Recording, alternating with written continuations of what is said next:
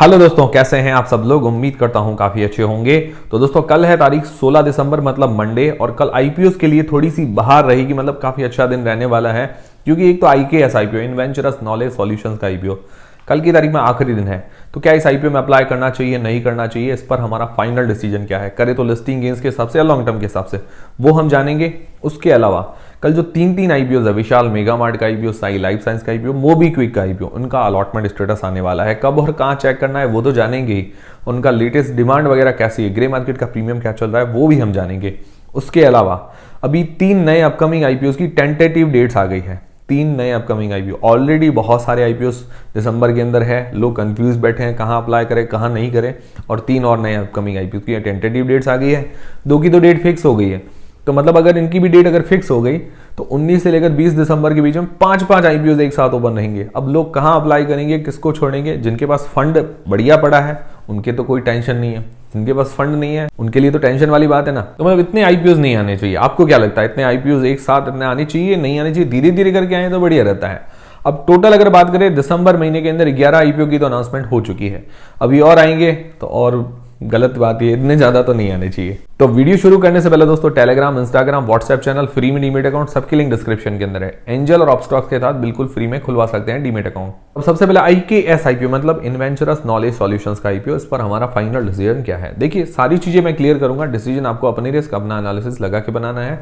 सबसे पहले जो लोग लिस्टिंग गेन्स के हिसाब से अप्लाई करना चाहते हैं उसके लिए हम हमारे क्या है कि 4 पैरामीटर्स देखते हैं, जैस पैरामीटर या नॉलेज जैस पैरामीटर। तो सबसे पहली चीज ये सब्सक्रिप्शन इसको अच्छा मिल रहा है, मतलब सारे पोर्शन कहें तो भी फुल्ली सब्सक्राइब हो चुके हैं, मतलब एक रिस्पांस अच्छा है, डिसेंट सा रिस्पांस मिल रहा है। दूसरा चीज है जीएमपी, ग्रे मार्केट का प्रीमियम। ग्रे मार्केट का प्रीमियम भी 25 से 30% के आसपास बता रहा है, मतलब लगातार इसकी जीएमपी डाउन नहीं हुई है, ना ही कोई ज्यादा बढ़ी है, 25 से 30% के बीच में बरकरार है। काफी अच्छी बात है, डिमांड तो है। तो 350 से लेकर 400 रुपए के बीच में एक अंदाजन जीएमपी बता रही है। बट जीएमपी का पूरे भरोसे ना रहे, बट डिमांड वगैरह अच्छी है। फिर दोस्तों बात करें इसकी एंकर लिस्ट बहुत अच्छी आई है, मतलब ये तीसरा पैरामीटर है। मतलब लगभग हमने 7.5 रेटिंग दी थी इसको एंकर लिस्ट के मामले में। एफआईएस की बात करें या म्यूचुअल फंड्स की, दोनों ही अच्छी एंकर लिस्ट है।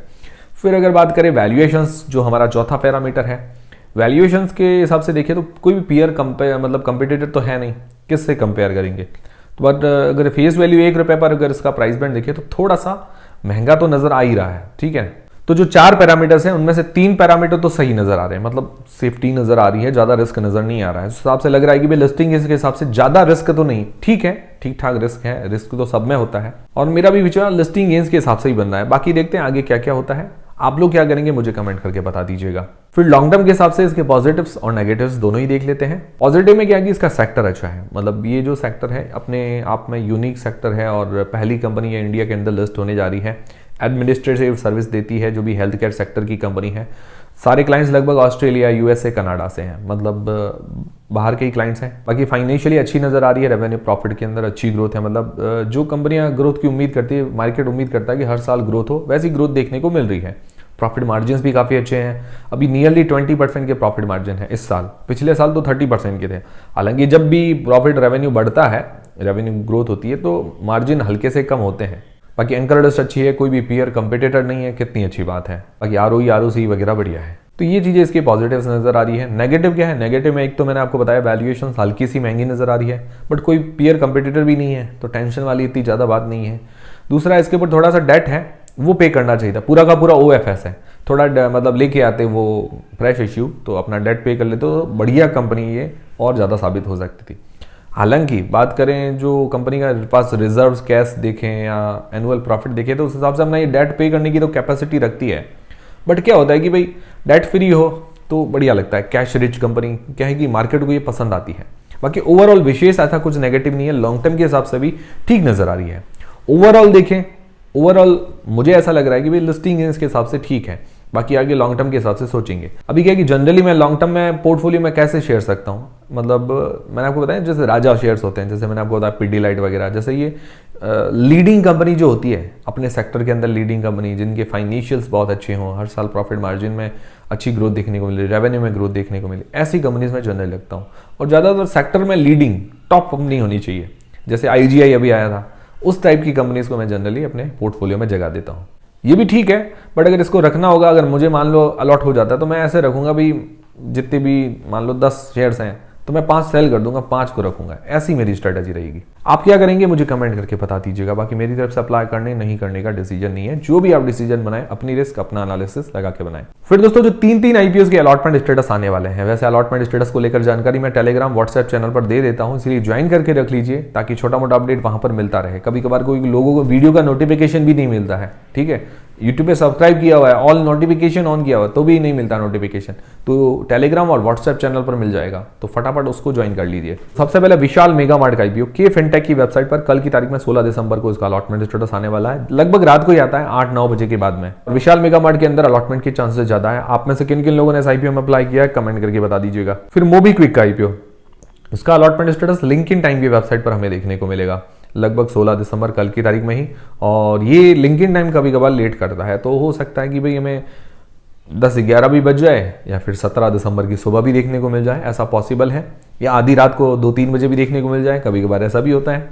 इसके अंदर अलॉटमेंट के चांसेस सबसे कम है। फिर दोस्तों साई लाइफ साइंस का आईपीओ, इसका भी के फिनटेक की वेबसाइट पर आने वाला है। लगभग 8 बजे के बाद देखने को मिल सकता है, 10-11 भी बज सकते हैं। तो मोबीक्विक के आईपीओ में किन किन लोगों ने अप्लाई किया और साई लाइफ साइंस के आईपीओ में किन किन लोगों ने अप्लाई किया। और दोस्तों जिन लोगों ने साई लाइफ साइंस के आईपीओ में अप्लाई किया उनके लिए तो एक मजे की बात यह है कि इसकी जीएमपी थोड़ी सी बढ़ गई है, जो 4 से 5% बता रही थी अभी 10% है।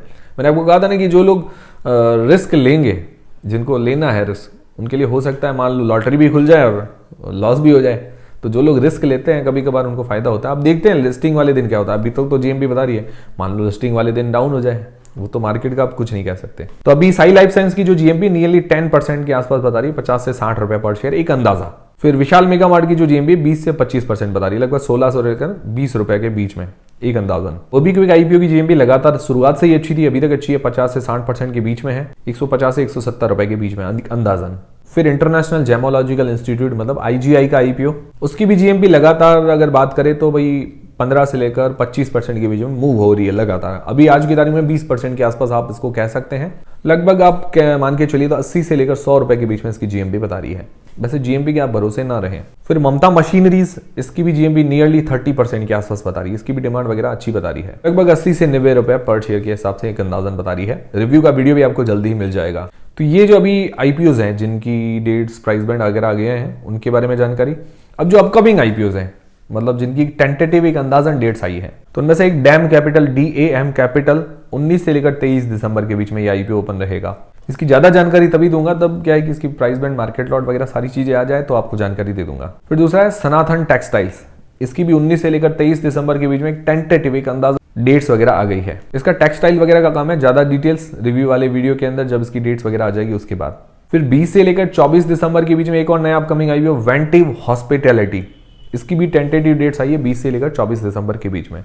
ज्यादा जानकारी जब इसकी डेट्स फिक्स हो जाएगी, प्राइस बैंड मार्केट लॉट आ जाएंगे तो मैं आपको जानकारी दे दूंगा। तो ये 3 अपकमिंग आईपीओ जिनकी टेंटेटिव एक अंदाजन डेट आई है। बाकी ममता मशीनरीज और ट्रांसरेल इनकी डेट्स फिक्स हो गई है, तो हम इन दोनों को मिला दें और बाकी वाले तीनों को मिला दें तो टोटल अभी अपकमिंग आईपीओ में 5 अपकमिंग आईपीओ एक साथ होंगे।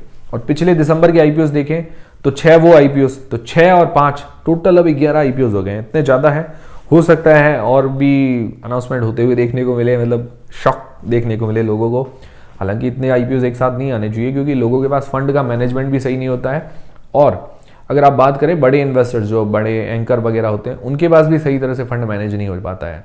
तो क्या है कि बराबर टाइम पे आईपीओ आते रहेंगे ना, सबके फंड भी मैनेज रहेंगे और लिस्टिंग भी अच्छी देखने को मिलेगी। आपको क्या लगता है कमेंट करके बता दीजिएगा। तो ये थे सारे आज के अपडेट्स। उम्मीद करता हूँ हमारा वीडियो हमारी जानकारी आपको पसंद आई होगी, हेल्पफुल रही होगी। हेल्पफुल है तो वीडियो को एक लाइक जरूर करें और कमेंट करके जरूर बताएं ताकि हमें भी मोटिवेशन मिलता रहे ऐसे वीडियोस बनाने का कि भाई हमारे वीडियोस वगैरह सही जा रहे हैं, लोगों को पसंद आ रहे हैं। तो टेलीग्राम इंस्टाग्राम फ्री में डीमेट अकाउंट सबकी लिंक डिस्क्रिप्शन के अंदर है। मिलते हैं दोस्तों अगले वीडियो के अंदर।